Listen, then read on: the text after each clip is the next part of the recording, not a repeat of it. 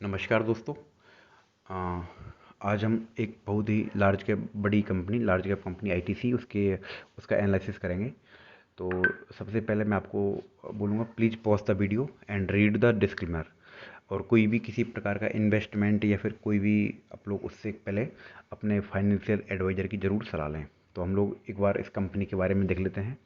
ये कंपनी लगभग 11 million dollar की इसकी साइज़ है और लार्ज कैप कंपनी है। कोलकाता में इसके हेडक्वार्टर्स हैं और सन 1910 में इसकी स्थापना हुई थी, फाउंडेड किया गया था इसको। और ये एक कॉन्ग्लोमरेट कंपनी है और इसके अंदर बहुत सारे बिजनेसेस वगैरह आते हैं, जैसे कि आप लोग देख सकते हैं एफएमसीजी है, होटल्स वगैरह है, टोबैको जो इसका main bread and butter business वो है। तो हम लोग इसका चार्ट देख लेते हैं। फ़िलहाल ये लगभग 314 रुपये समथिंग पे, 313 रुपये 50 पैसे पे ये चल रही है इस टाइम पर, 213 रुपये 50 पैसे पर, सॉरी।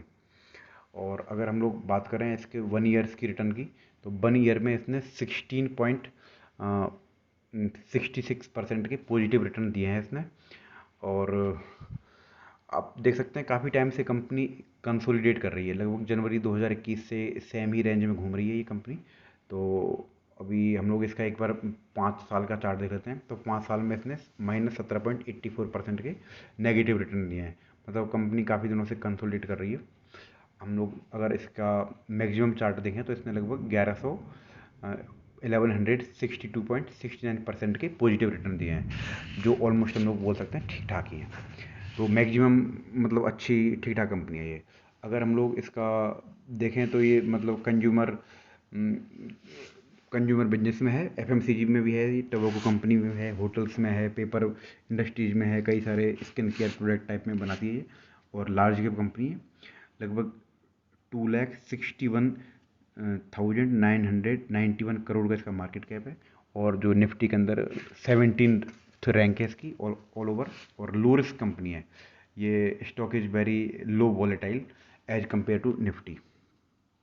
अगर हम लोग इसका चार्ट देखें तो आप लोग देख रहे होंगे 2000 लगभग जनवरी 2020 के समथिंग ये लगभग 270-280 के समथिंग चल रही थी कंपनी है। और पेंडेमिक के टाइम पे एकदम क्रैश हुआ है इसका शेयर और 150 रुपये तक पहुंच गई थी ये।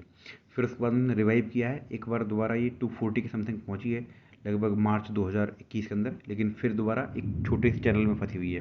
तो ये मैंने स्टॉक एनालिसिस किया था ट्रेडिंग व्यू पर। तो आप लोग एक बार इसको इस जगह पे वीडियो को पॉज करके और तसल्ली से इसको देख लें। तो आप लोग यहाँ पर देख पा रहे होंगे बीच में जो सेंट्रल पिवट रेंज है उसकी, वो लगभग 212 रुपये, 215 रुपये, 14-15 रुपये की समथिंग ये आ रही है। तो अभी ये इस जगह पे अगर इसको ब्रेक करती है जो अपर लाइन को, तो ये चैनल ब्रेकआउट माना जाएगा। तो हम लोग ये मान के चलते हैं यहाँ से ये अगर एक बार इसने ब्रेकआउट दिया तो लगभग ये 260 या 70 के रेंज में पहुँच सकती है। लेकिन फिर भी ये मेरी तरफ से कोई सलाह नहीं है, आप लोग एक बार अपने फाइनेंशियल एडवाइज की सलाह ज़रूर लें। अगर हम लोग इसके बेसिक्स की बात करें तो इसकी इंट्रिंसिक वैल्यू है जो अभी काफ़ी फेयर वैल्यूशन पे, जो करंट शेयर का करंट वैल्यू है वो इंट्रिंसिक वैल्यू इसकी कम है। और रिटर्न वर्सेस एफडी, तो इसमें मतलब एफडी से अच्छे रिटर्न्स दिए हैं। डिविडेंड यील्ड भी इसकी अच्छी खासी 5% के समथिंग डिविडेंड यील्ड है। और एंट्री पॉइंट के लिए भी जो एनालिस्ट सजेस्ट कर रहे हैं कि this is good time to consider the entry. और नो रेड फ्लैग में, मतलब इसका मतलब एएसएम या फिर जीएसएम लिस्ट में नहीं है, जो सीबी की लिस्ट होती है जिसमें कभी कभी किसी किसी स्टॉक्स में बहुत ज़्यादा स्पाइक सडन ग्रोथ देखने को मिलती है, तो वो एएसएम में जीएसएम वो बात लिस्ट में डाल देते हैं, तो उस लिस्ट में भी नहीं है कंपनी।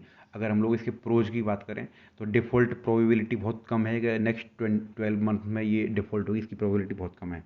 और क्वालिटी चेक्स में भी मतलब ये लगभग इसका ठीक ठाक परफॉर्मेंस है, ये among the top performance in the quality checks. और ग्रोथ स्कोर भी इसका ऑलमोस्ट ठीक ठाक ही है। अगर हम लोग इसकी एक बार हम लोग इसके जो ये देख लेते हैं रेशो वगैरह क्या क्या हैं। तो इसका पीई रेशो है, प्राइस टू अर्निंग रेशो 19.91, जो कि थोड़ा कम है। प्राइस टू बुक रेशो भी 4.32 है, लेकिन इसकी डिविडेंड यील्ड आप देखें तो 5.5% की है। अगर हम लोग इसके सेक्टर का पी देखें तो सेक्टर का पी, एफएमसीजी का जो पी है सेक्टर का, लगभग 50.63% है। 50.63 सेक्टर का पी है प्राइस टू अर्निंग रेशो, उसके तुलना में काफ़ी मतलब कम वैल्यूशन पर है, काफ़ी फेयर वैल्यूशन पर है ये। और सेक्टर का प्राइस टू बुक रेशो भी लगभग 9.36 है। और डिविडेंड यील्ड भी सेक्टर का आप देख सकते हैं 1.63 है। तो लगभग 71% एनालिस्ट आउट ऑफ 35 एनालिस्ट में से 71% लोग सजेस्ट कर रहे हैं इसको खरीदने के लिए। और प्राइस अपसाइड में अगर आप देखें हम लोग, तो अपसाइड में लगभग 22.31% के प्राइस अपसाइड में जा सकते हैं। और हम लोग अगर अर्निंग ग्रोथ की बात करें तो लगभग 22.99% के अर्निंग ग्रोथ हो सकते हैं। ये फोरकास्ट एंड रेटिंग्स है। और जो रेवेन्यू ग्रोथ है वो भी 15 पॉइंट समथिंग का रेवेन्यू ग्रोथ हो सकता है। तो एक कंपनी की एक बार प्रोफाइल देख लेते हैं हम लोग। ITC limited holding company engaged in marketing of fast moving consumer goods FMCG. इसके अलावा ये होटल्स में भी है, पेपर बोर्ड्स है, पैकेजिंग्स है, एग्री बिजनेस वगैरह, इन सब में इसके बिजनेसेस हैं। अगर हम लोग इसके प्रोडक्ट्स देखें आईटीसी की, हम किसी भी कंपनी के बारे में जब भी एनालिसिस करते हैं तो हमको पता होना चाहिए एक्चुअली कंपनी करती क्या है, क्या उसके प्रोडक्ट्स हैं वगैरह वगैरह। तो हमको हर चीज़ के बारे में पता होना चाहिए। तो जो मैं अभी एफएमसीजी कंपनी के मैं प्रोडक्ट्स के बारे में बता रहा हूँ, इसके अलावा इसके जैसे कि टोबैको कंपनी है, उसमें भी आपको देखने को मिलेंगे गोल्ड फ्लैग है, क्लासिक, कई तरह की सिगरेट्स वगैरह हैं। फिर इसके होटल्स भी हैं काफ़ी सारे, तो वो भी, लेकिन आपको वो तो पता होगा, लेकिन फिर भी प्रोडक्ट्स हम लोग एक बार देख लेते हैं। तो आशीर्वाद का आटा हम लोग सभी घरों में यूज करते हैं, तो आशीर्वाद का आटा है, सनफीस्ट के बिस्किट्स हैं, डार्क फैंटेसी बिस्किट्स वगैरह हम लोग जो अमूमन खाते रहते हैं, तो वो इसी कंपनी के हैं। इसके अलावा आप लोग देखें बिस्किट, जो बिंगो की जो पोटैटो चिप्स हैं, फिंगर स्नैक्स वगैरह हैं। और इसके अलावा जो गॉरमेट है, कुजाइन है, मसाला मिक्सेस, जैसे कि एमडीएच, वो एमडीएच के होते हैं इस टाइप के मसाले वगैरह, हल्दी पाउडर, कोरिएंडर्स, चिल्ली पाउडर्स, ये सब इसके भी होते हैं प्रोडक्ट एफएमसीजी के। फिर उसके बाद में नूडल्स हैं, पास्ता है, और जूस एंड बेवरेज में नेचुरल नाम का इसका ब्रांड है, तो ये जूस वगैरह भी देते हैं। फिर उसके बाद में टॉफ़ी है, चॉकलेट्स वगैरह हैं। फिर उसके बाद हम देख सकते हैं हम लोग स्किन जो क्रीम्स वगैरह है, कोल्ड क्रीम है, फेस वॉश है। फिर टेक्सटाइल इंडस्ट्रीज में भी थोड़ा बहुत ही इसके जो ड्रेस वगैरह हैं। फिर आप लोग देख सकते हैं जो कॉफ़ी एंड बीटन कॉफ़ी में भी इसके प्रोडक्ट्स हैं। और मिल्क प्रोडक्ट भी है डेयरी बेवरेज के। फिर उसके बाद में स्किन केयर में भी इसके कई सारे प्रोडक्ट्स हैं। और आप लोग देख सकते हैं वॉशिंग वॉर्स है, जैसे कि साबुन वगैरह, ऑयल्स वगैरह है, बॉडी ऑयल वगैरह, इस टाइप के प्रोडक्ट भी इसके हैं।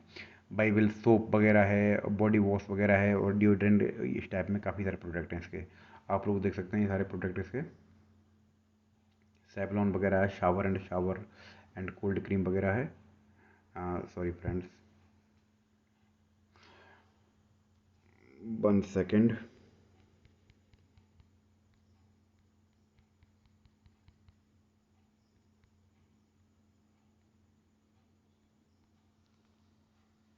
यस।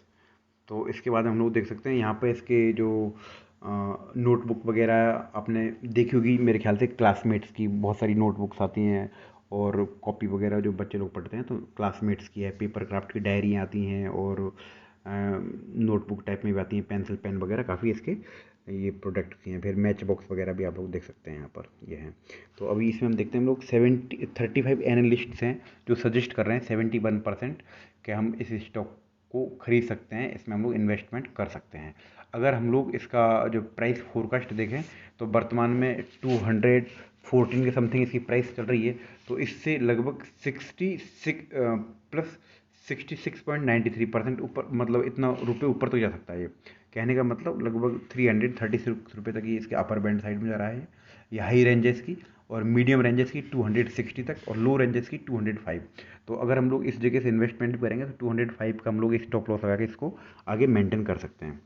आगे हम लोग देखते हैं इसके रेवेन्यूज वगैरह। तो फाइनेंशियल देख सकते हैं हम लोग इसका, तो रेवेन्यू वगैरह लगभग इसके इस टाइम पर 51,905 के इस टाइम पर इसके रेवेन्यू है। एबिटा है इसका 19,641, and profit before interest and tax है इसका 17,996। और नेट इनकम हुई है इसकी 13,116। थोड़ी नेट इनकम कम है, और उसके पीछे कई सारे रीजन्स है, जैसे कि इसके होटल बिजनेस वगैरह बिल्कुल नहीं चल रहे हैं वर्तमान में। लेकिन अभी धीरे धीरे जिस प्रकार से पेंडेमिक जा रहा है, तो हम लोग देख पाएंगे कि आने वाले कुछ टाइम में जैसे ही होटल्स वगैरह चलेंगे, तो उस टाइम पे इसने अभी कुछ पैसे भी इन्वेस्टमेंट किए हैं उसमें अपने होटल्स बिजनेस में। तो हम लोग नेक्स्ट देखते हैं फाइनेंशियल ट्रेंड्स में। तो लगभग 18, 19, 20 एंड 21 ऑलमोस्ट अभी तो थोड़ा सेम है, थोड़ा मामूली सा राइज कर रहा है। लेकिन उसके पीछे रीजन भी वही है, आपको जैसा पता होगा, जैसे कि पेंडेमिक की वजह से इसके जो कई सारे प्रोडक्ट्स नहीं चल पा रहे हैं, स्पेशली होटल्स बिजनेस वाला प्रोडक्ट। तो हम लोग आगे देखते हैं पीयर्स में इसके, जैसे कि जो जो कंपनियां जो सेम बिजनेस रन करती हैं, तो ये जैसे कि BST इंडस्ट्रीज है, गॉडफ्रे फिलिप्स इंडिया लिमिटेड है, गोल्डन टैबेको कंपनी है। आप लोग यहाँ पर सोच रहे होंगे कि किसी में 2% का रिटर्न है, किसी में 6% का रिटर्न है 1 साल का, किसी में जैसे गोल्डन टैबेको कंपनी में 322% रिटर्न है। लेकिन दोस्तों ये सब स्मॉल कैप कंपनियाँ हैं, कभी भी कोलैप्स कर सकती हैं, और ये एक लार्ज कैप कंपनी नहीं है जो हम लोग जिनके बारे में देख रहे हैं, जो पीयर्स हैं इसके। तो हम लोग पीयर्स से ऐसे हमको कोई खास अट्रैक्शन नहीं होना चाहिए। हम लोग इसका शेयर होल्डिंग पैटर्न्स देख सकते हैं। तो फॉरेन जो इंस्टीट्यूशन है वो लगभग 14% से लेके अभी इस टाइम पे 11.74% के समथिंग इनका स्टेक्स है। ऑलमोस्ट थोड़ा सा स्लाइटली डिक्रीज हुआ है बट नॉट टू मच। अगर हम लोग आगे देखें म्यूचुअल फंड्स का तो ऑलमोस्ट कांस्टेंट है, 9.94% से लेके 9.40%। अगर हम लोग बात करें अदर DIIs की तो वही लगभग कांस्टेंट सही है। अगर हम लोग दोनों का मिक्स करके देखें, रिटेलर्स और जो प्रोमोटर्स वगैरह की बात करें हम लोग, तो इसमें भी लगभग जैसे कि रिटेलर्स का स्टेक है 9.47% का, और अदर पार्टनर्स का है 33.88% का। तो ये ऑलमोस्ट थोड़ा सा बढ़ रहा है। आप देख सकते हैं इधर फर्स्ट में यहाँ पर इस जगह पर आप लोग देख पाएंगे यहाँ पर 42.93 का है, और यहाँ पर आप लोग स्लाइटली से बढ़ रहा है, थोड़ा सा बढ़ रहा है, ज़्यादा नहीं, हल्का सा ये बढ़ रहा है। तो आगे हम लोग इसका देख सकते हैं आज की डेट में जो इसकी डिलीवरी है, हम लोग एक इस जगह पर देख सकते हैं 13 सितंबर को। आज की डेट में लगभग इसमें 50.78% डिलीवरी उठाई गई है, जो कि एक मैं मानता हूँ कि काफ़ी अच्छी डिलीवरी है। लगभग अगर हम लोग 25-30% से ऊपर डिलीवरी को ठीक ठाक मानता हूँ, तो आज की डेट में 50% की डिलीवरी उठाई गई है। कहने का मतलब आने वाले कुछ टाइम पे हो सकता है इसमें एक ब्रेकआउट आए और लगभग 214 से लेकर कि लगभग ये 260-70 तक का इसमें हमको प्राइस देखने को मिल सकता है। तो इसके अलावा आप लोग देख सकते हैं ये डिविडेंड भी अच्छा खासा देती है। लगभग आप इसको ये मान के चलें कि लगभग 5% तो इसका डिविडेंड का ही जो आपकी इनकम हो जाएगी, पैसिव इनकम बोल सकते हैं हम लोग इसको। जैसे कि अगर आप लोग यहाँ पर देख पा रहे होंगे तो 2021 में इसने 2 बार डिविडेंड दिया है, सॉरी 1 मिनट फ्रेंड्स। देखो 2005 में इसने पहले 10 जून 2021 को दिया है ₹5.75 का, और इंटरिम डिविडेंड दिया है इसने लगभग 22 फरवरी 2021 को ₹5 का। तो लगभग ₹10 ₹75 का डिविडेंड दे चुकी है। कोई सोच के देखिए आप, ₹200 की कंपनी ₹10 का डिविडेंड दिया, इसका मतलब उसने 5% तो हमको पैसिव इनकम दे दी, जो रिटर्न के अलावा नहीं है, जो टैक्स फ्री है हमारी।